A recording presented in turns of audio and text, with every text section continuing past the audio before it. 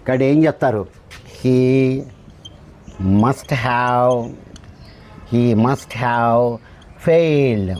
వీడు ఫెయిల్ అయి ఉన్నాడు, వీడు ఫెయిల్ అయ్యాడని చెప్పి అర్థం చేసుకుంటాం. ఆటోమేటిక్గా మనకు కరెక్టే అవుతుంది. వాళ్ళ లోపల కూర్చొని ఏడుస్తున్నాడు, బయటికి రావట్లా.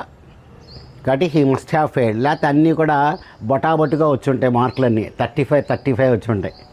He must have failed. Me friend బయటకు వచ్చి స్వీట్లు బంద్ చేస్తున్నాడు అందరికీ.